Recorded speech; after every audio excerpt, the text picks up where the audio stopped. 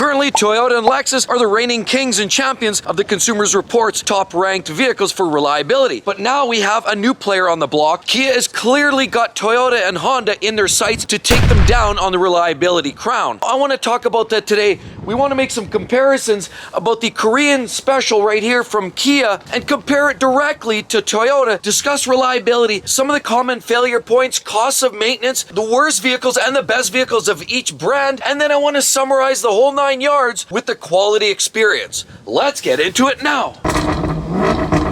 Life's too short to drive boring cars.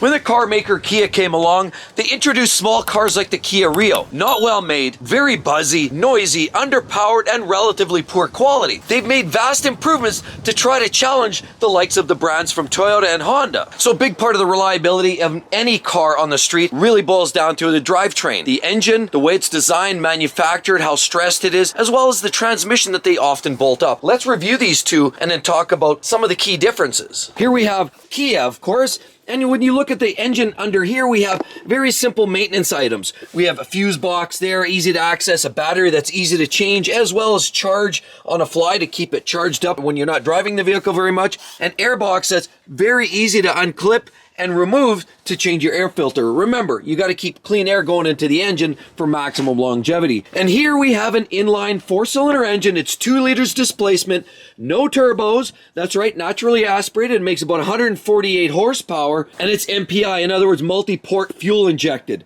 So you don't have the direct injected issues where you have carbon buildup on the backs of the intake valves. This is a very simple setup. You have access, very easy to common failures like oxygen sensors back there, easy access to spark plugs and fuel injectors all the way on the top. All you have to do is flip up this plastic housing. Easy access for all of your maintenance bits. You also have parts that often define how reliable a vehicle can be. Our basic rad hoses with these all-tension springs that makes that very reliable, very cheap to replace this hose, and quite simple and effective. Easy access for quick belt adjustments, and an overall simplicity that just makes it easy to operate and cheap to replace parts on. Of course, this has made it up to a CVT, a continuously variable transmission, which is not the best. There's been lots of comments about these failing. There's been a lot of consumers complaining about the operation of it being buzzy or outright catastrophically letting go. Of course, over here now, we talk about Toyota's special, and this is also their base engine. What we're looking at here is a Toyota Camry SE, but with the all-wheel drive. This particular vehicle also has the CVT transmission made by a Toyota, which is clearly more dialed in, and while it's not perfect, it's better than most of its competitors.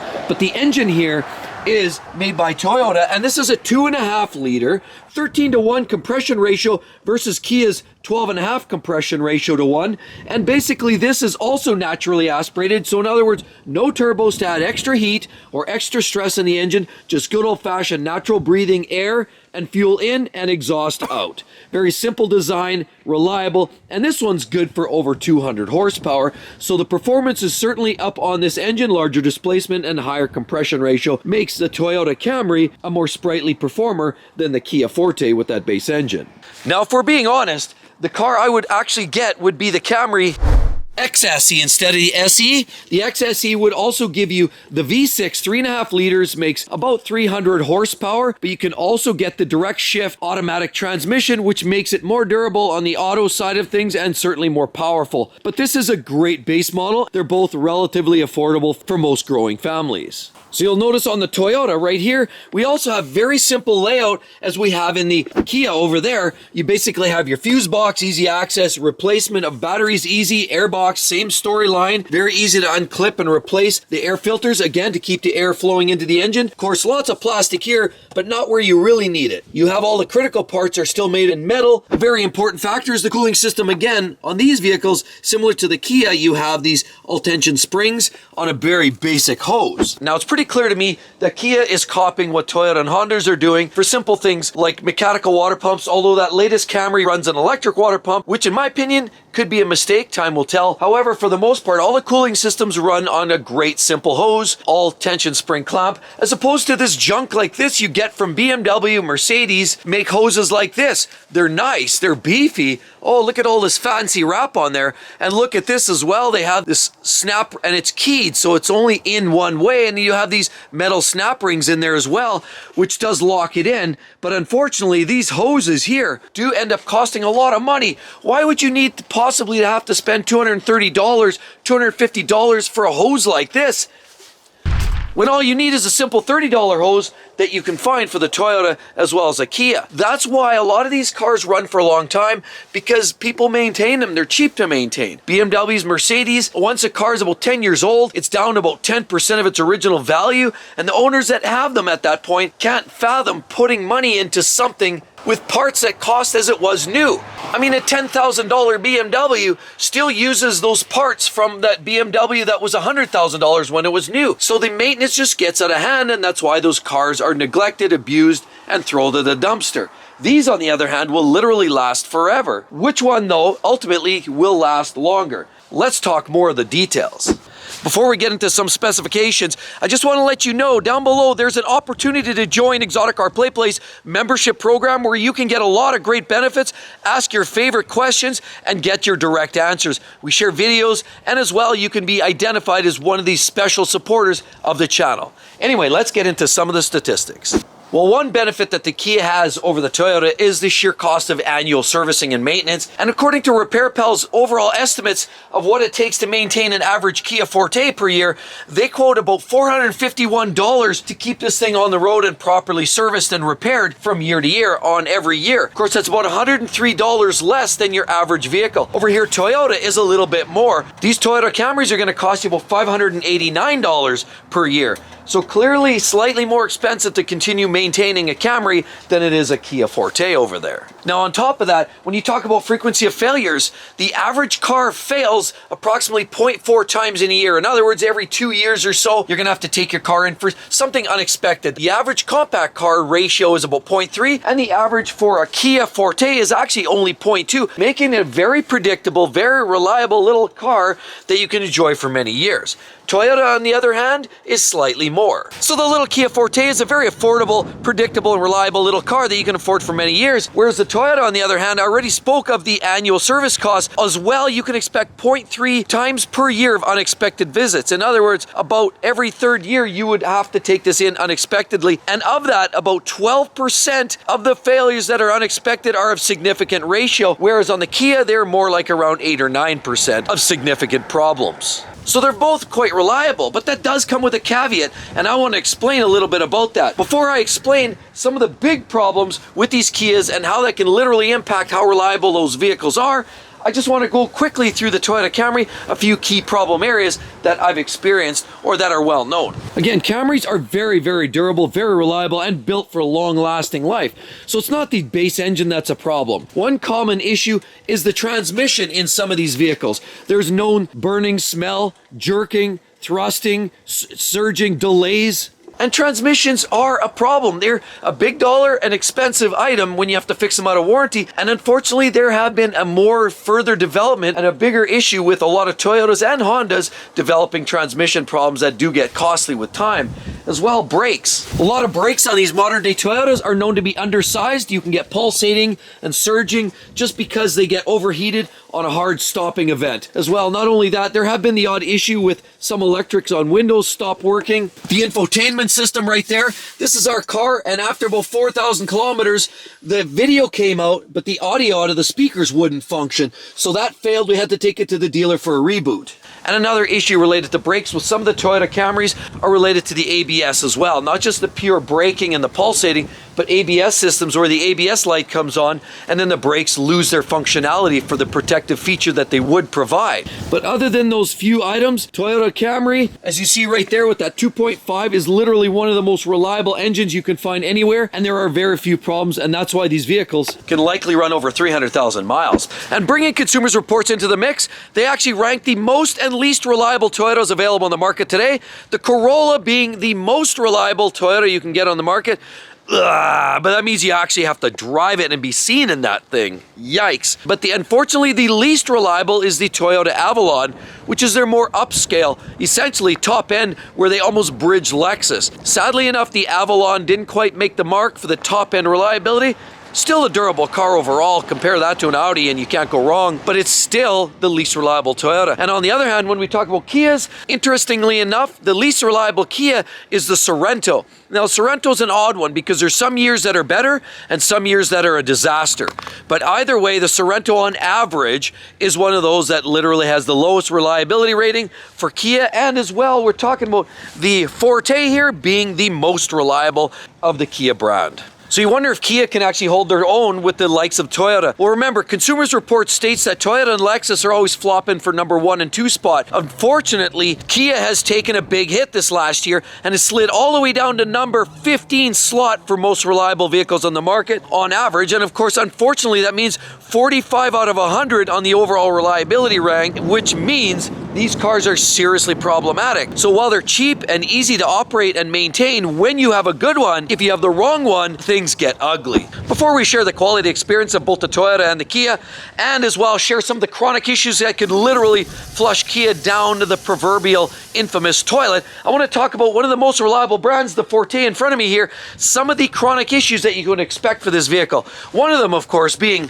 the latest CVT transmission. This, in fact, is a continuously variable transmission, as we mentioned already, which essentially means it's not much more than an ATV, all-terrain vehicle type transmission. You've got a series of pulleys and belts and shivs, and that basically just continually along. You do not have a torque converter transmission in this particular car here. And as such, they tried to tune it in a way so it felt more natural, so it felt more like a standard conventional multi-gear automatic transmission, but they grossly failed.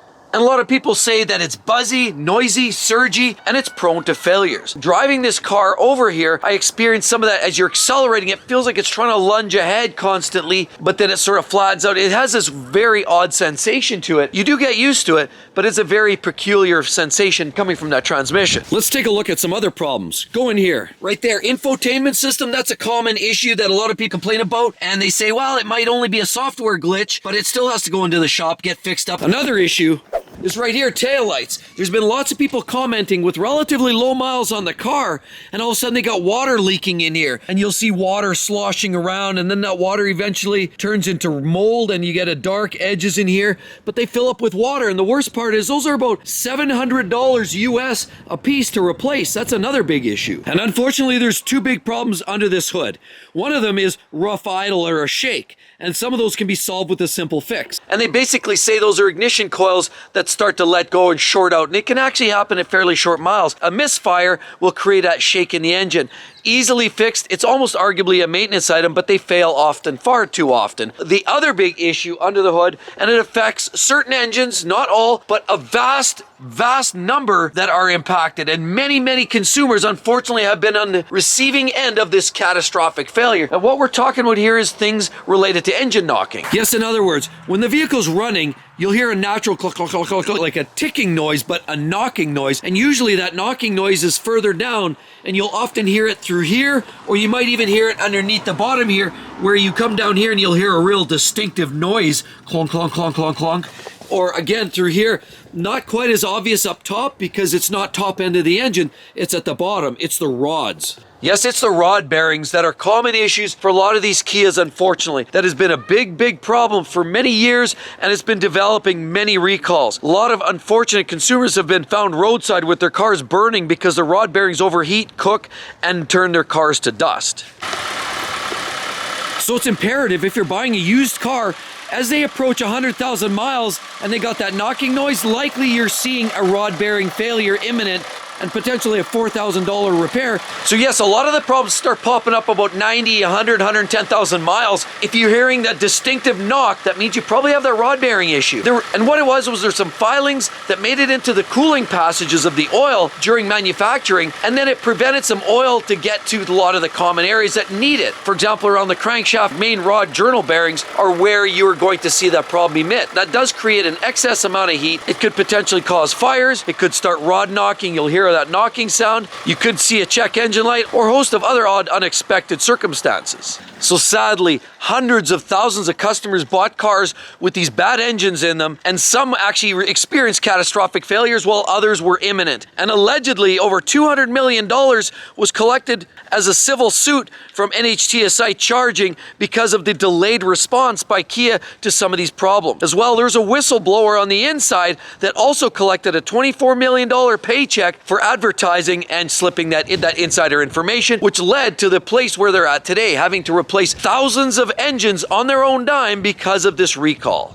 Seeing banners that stated 1.7 million vehicles in 2015 to 17 recalled because of the bad Theta GDI engines. Yes, there was a few engines that were heavily afflicted. Theta 2 engines, NU GDL engines, and Gamma GDL engines. So a lot of the direct injected engines were a source of a lot of the problems for, unfortunately, Kia and their sister company Hyundai. And it wasn't just all related to the engines blowing up. There was other issues, for example, ABS system, the hydraulic electronic control unit, and unfortunately, that was still a bit of a source of potential fire hazards. There was other wiring problems, and there was actual no park indoor orders for vehicles that were related to some of these recalls, meant that you couldn't even park it in your garage. You had to leave it outside for fear that it might actually self-combust. And now, if that wasn't enough, there's actually a new problem right here. Have you heard about the latest key issue? Yes, in other words, keys that were mechanically based like this, the ones that did not necessarily have all the full integration of electronics, were far too easy to steal. That's also making radar news these days,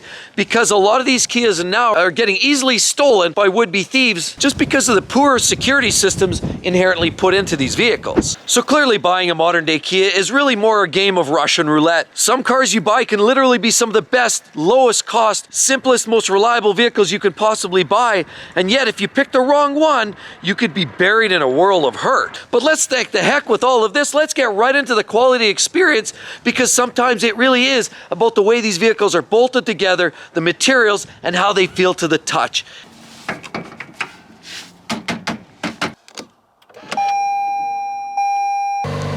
And there's a cold start right there.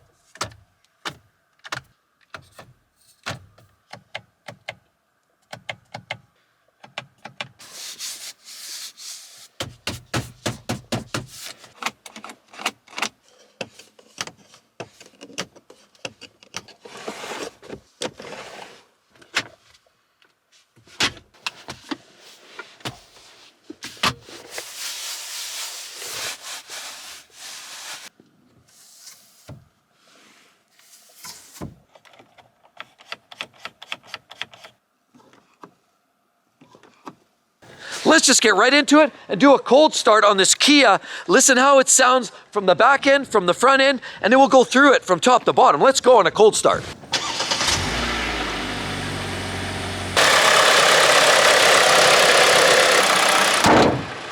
Whoa, that almost came off the rails.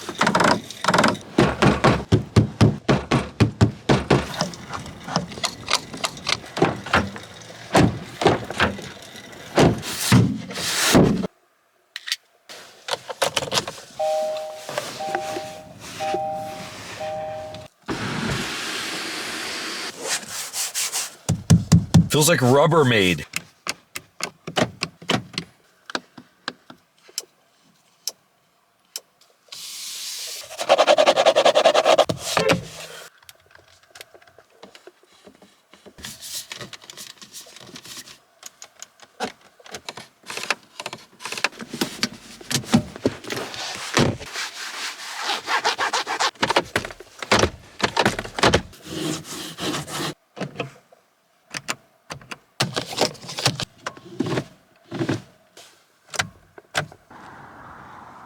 So the inside basically is actually very well bolted together. There's very few creaks and rattles. It just looks like a Tupperware container, that's all. It's lots of plastic, large molded panels. There's not a lot of little fittings, but there's not a lot of squeaks and rattles either. The car feels like it's very well bolted together and has a decent collection of nice brushed aluminum pieces like that, as well as down there. And on the steering wheel, there's lots of nice pieces. So which one's better, the Kia or the Toyota? Well, from first glimpse, I would say even the Kia feels even more bolted together than the Toyota does. It has less squeaks, less rattles, less clinking and banging, and it actually just feels like it's more one unit, more solid. With that said, the Toyota definitely has a smoother, quieter engine. It drives better, it's cleaner, and it feels more refined overall. Not only that, the reliability record and history of Toyota speaks for itself. Kia, while there's some amazing vehicles, there certainly are a lot of huge risks. So which one is the car that I would personally own?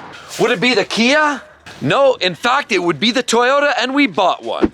Now with all of that said, check that out, you're gonna love it. That's Toyota and Honda reliability comparison. Which one is truly the better of the two?